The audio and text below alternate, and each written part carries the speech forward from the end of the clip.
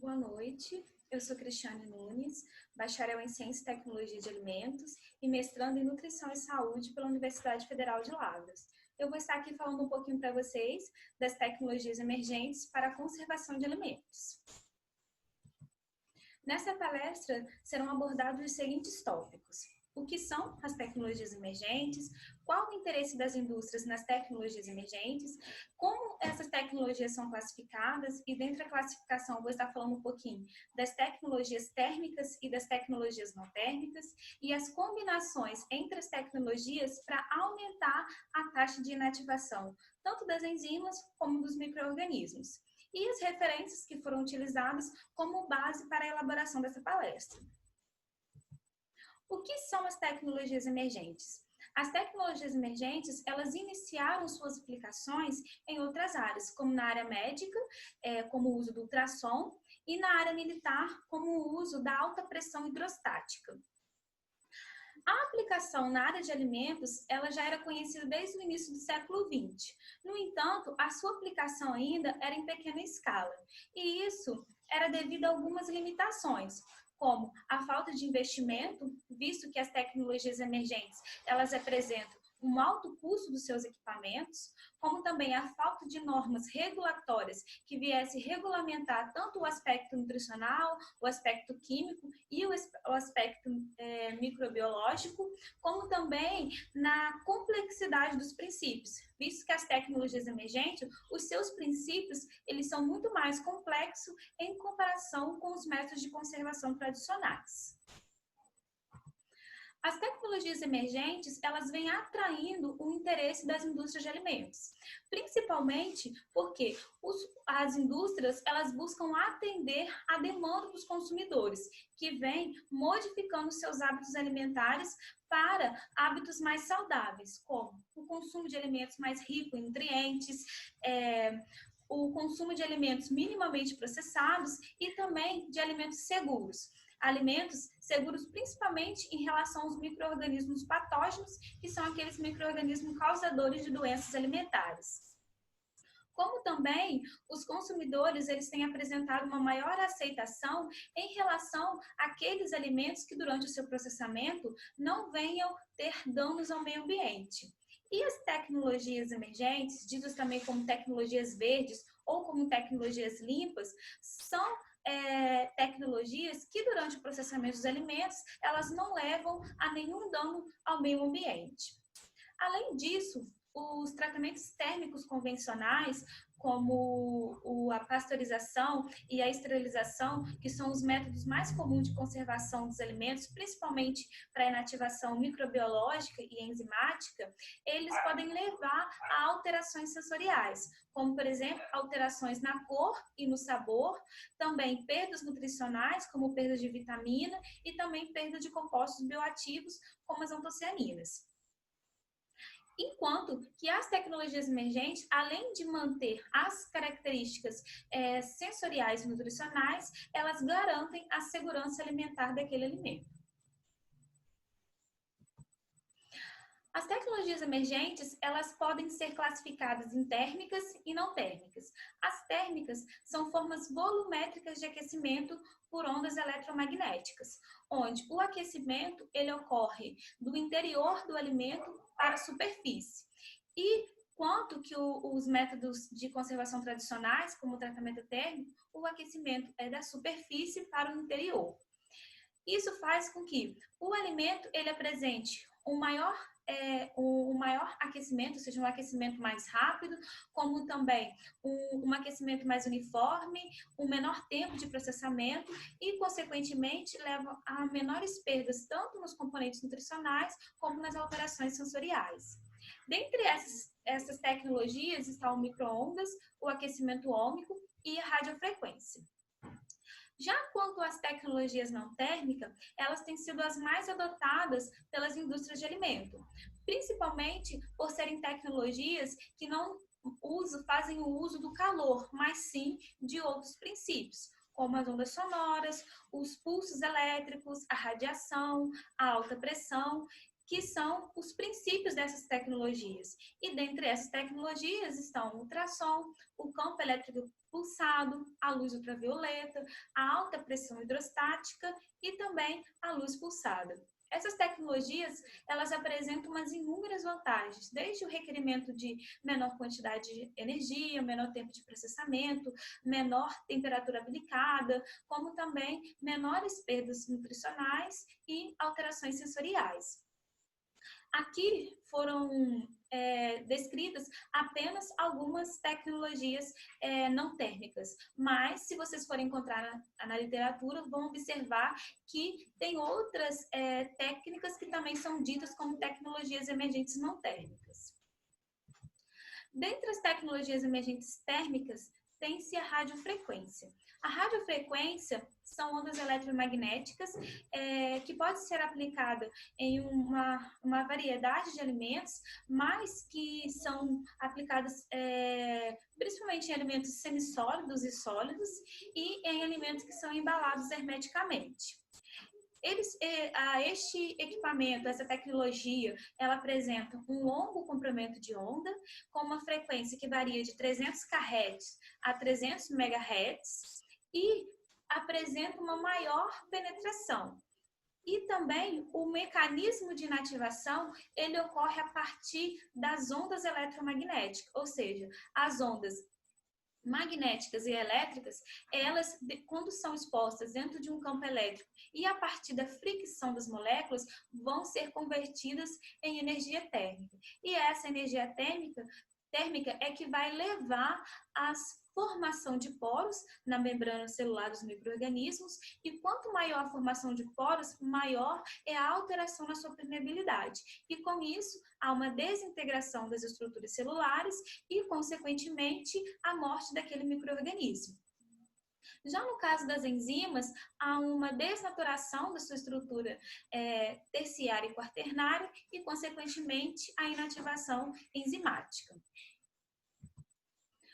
O micro-ondas, ele também é um equipamento que apresenta ondas eletromagnéticas, que vai desde 300 MHz a 0,3 GHz, como pode ser observado.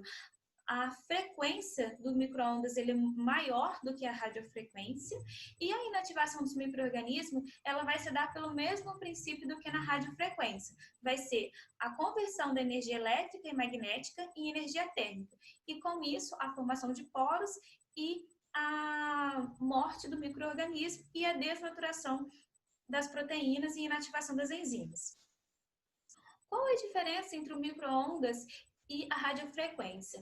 A diferença está na frequência, visto que o micro-ondas apresenta uma maior frequência em comparação com a radiofrequência, e também em relação ao comprimento de onda, porque o micro-ondas ele apresenta um menor comprimento de onda.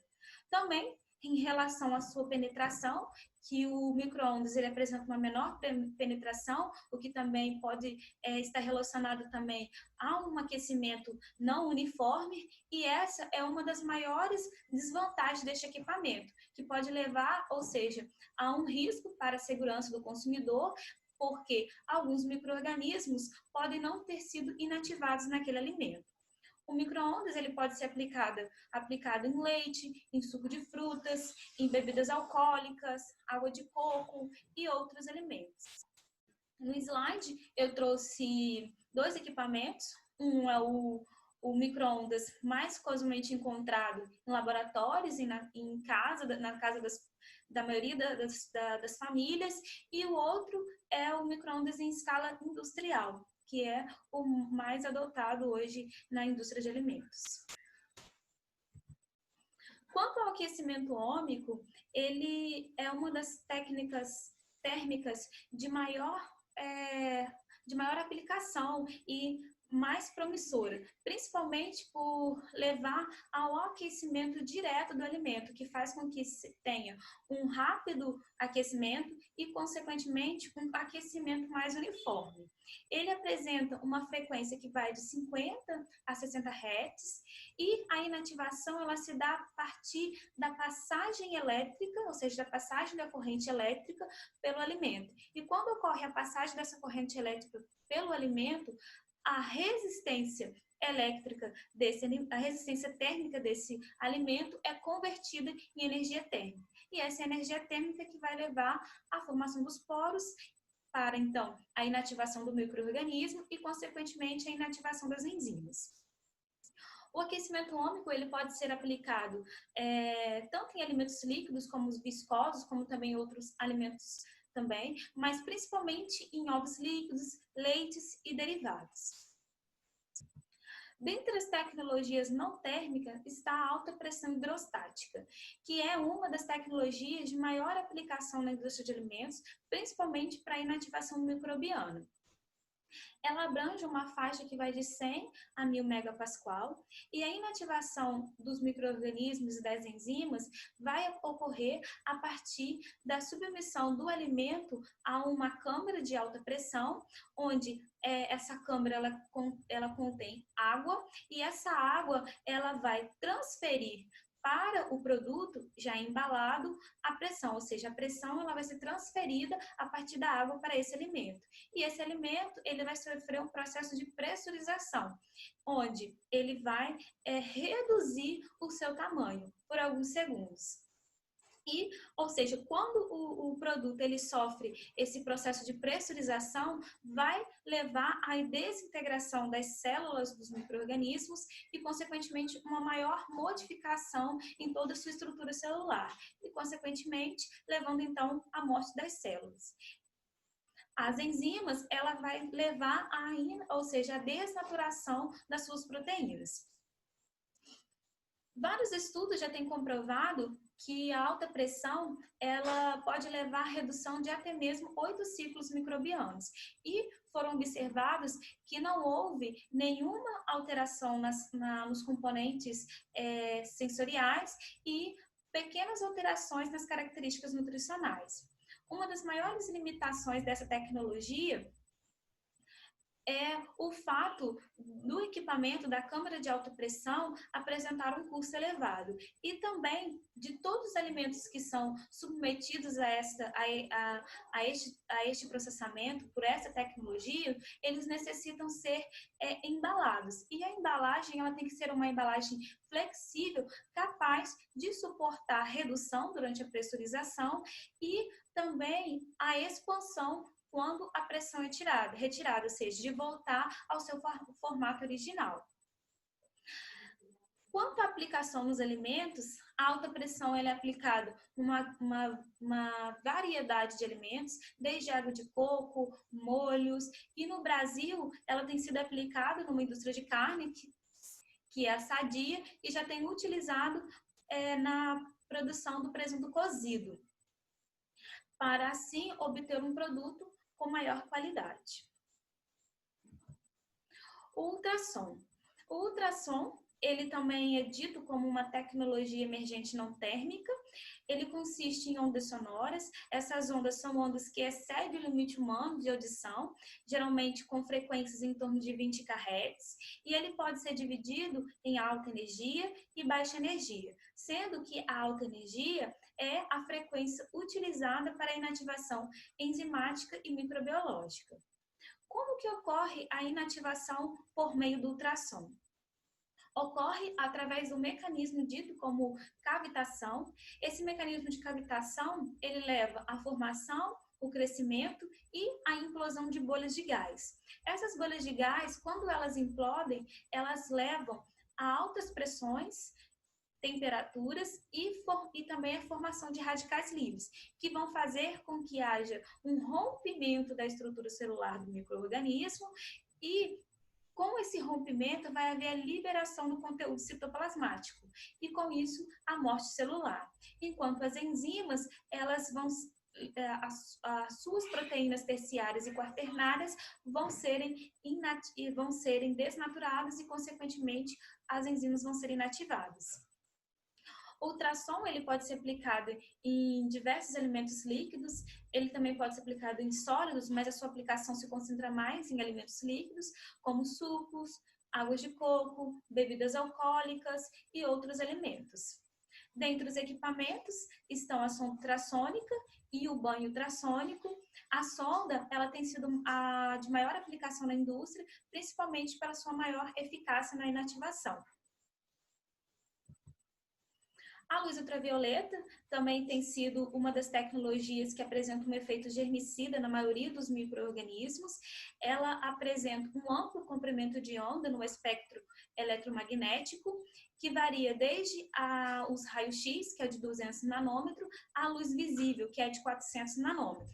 E a luz ultravioleta, ela pode ser dividida em 3 regiões, que é o UVC, que é o ultravioleta de onda curta, o UVB, que é o ultravioleta de onda média, e o UVA, que é o ultravioleta de onda longa. E a faixa geralmente aplicada para a inativação microbiológica e enzimática é a faixa UVC, que é o ultravioleta de onda curta, que geralmente corresponde a 250 a 280 nanômetros. Essa faixa, ela apresenta uma letalidade para a maioria dos micro-organismos. Quando o alimento ele é exposto a essa faixa de comprimento de onda, o que ocorre? Há uma produção de fotosprodutos. E esses fotoprodutos, eles alteram a replicação e a transcrição do DNA. E com isso pode levar à mutagênese ou à morte celular do micro-organismo. A luz ultravioleta, ela pode ser aplicada em diversos produtos, desde alimentos líquidos, como o suco de frutas, bebidas alcoólicas, como também em alimentos sólidos, como grãos, e também em carnes e frutos do mar. O campo elétrico pulsado também tem sido uma tecnologia eficaz na conservação dos alimentos, e a inativação se deve a partir do alimento ser colocado entre 2 eletrodos. E esses eletrodos, eles vão ser expostos a um campo elétrico. Esse campo elétrico ele vai emitir pulsos de luz de curta duração. E esses pulsos de luz vai fazer com que haja um desequilíbrio osmótico na membrana daquele micro-organismo, e com isso vai levar à morte microbiana. Como também ele leva, no caso das enzimas, à desnaturação das suas proteínas, e com isso leva à inativação enzimática. Geralmente a faixa que leva à inativação dos micro-organismos e das enzimas está entre 15 a 60 kJ por segundo. A aplicação do campo elétrico pulsado nos alimentos varia desde suco de frutas, como bebidas alcoólicas, mas também alimentos como carnes, como frutas, legumes e outros tipos de alimentos. A luz pulsada, ela é muito parecida com a luz ultravioleta. No entanto, a sua inativação é a partir dos pulsos de luz. E o seu comprimento de onda, ele é mais amplo em comparação com a da radiação ultravioleta. Ou seja, ele varia desde o raio-x até a luz ultravioleta, apresentando um comprimento de onda de 200 a 1000 nanômetros. E a sua inativação é a partir do equipamento de lâmpadas flash de xenônio, onde o alimento ele vai ser exposto a essa lâmpada, que vão receber pulsos de luz. E esses pulsos de luz, eles vão produzir fluxos de fótons. Esses fótons vão alterar o DNA do micro-organismo, e com isso, esses micro-organismos não vão conseguir mais se reproduzir, levando assim à sua morte celular. A luz pulsada, ela pode ser aplicada em diferentes tipos de alimentos, como melaço, carne, frutos do mar, sucos, bebidas alcoólicas, entre outros. Visando aumentar a taxa de inativação, visto que algumas tecnologias emergentes, elas apresentam uma baixa eficácia em relação aos esporos e alguns micro-organismos que são mais resistentes, várias estratégias têm sido adotadas, visando o quê? Uma maior taxa de inativação e também um menor tempo de processamento e, consequentemente, um maior tempo de vida útil dos produtos. E, dentre essas combinações, eles também têm observado que o efeito sinérgico das combinações, eles têm sido um potencial também para reduzir a rigorosidade de muitos tratamentos térmicos. Dentre essas combinações está a termossonicação, que é uma das combinações mais aplicadas, que é o ultrassom mais o tratamento térmico convencional, a manossonicação, que é a pressão mais o ultrassom, a manotermossonicação, que vai ser a junção da pressão do tratamento térmico convencional e do ultrassom, e a osmossonificação, que vai ser o ultrassom mais a pressão osmótica. Também tem-se a combinação das tecnologias térmicas com as tecnologias não térmicas, como, por exemplo, o micro-ondas com luz ultravioleta ou micro-ondas com ultrassom.